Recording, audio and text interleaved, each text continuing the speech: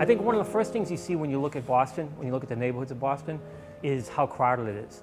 The buildings are on top of one another, the streets are really narrow.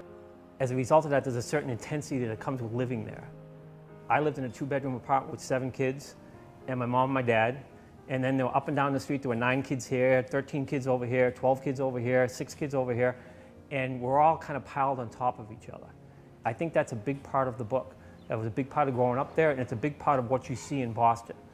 A lot of the kids I grew up with have done amazing things with their lives, and a lot of them were dead or in prison by the time they hit 30. And so there are all these different paths that the people are taking, and the book is about, part of the book is about that.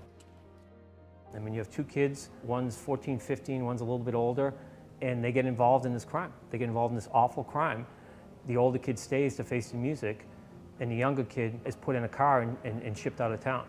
And he never comes back until he's a grown man. When Kevin comes back into Brighton, this all gets blown up again. Kevin still feels enormous guilt that he left. He feels like he was a coward for leaving. So a lot of it is Kevin trying to make up to Bobby, trying to make this friendship whole. And as Bobby tells him, you can't do that. You can't go back and change what happened. But Kevin is the kind of person who thinks, I can solve this, I can fix this.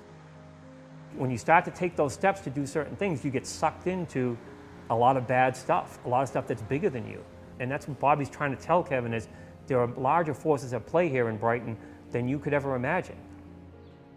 It's different than the other books I've written, which have been private detective or police procedural type of books. This is more of a childhood book. So it's not about downtown, it's not about the mayor, it's not about political corruption, it's in the neighborhoods. And it's about growing up in the neighborhoods, living in that environment, and what happens when you're a kid sometimes follows you around for the rest of your life, and there's really no escaping it.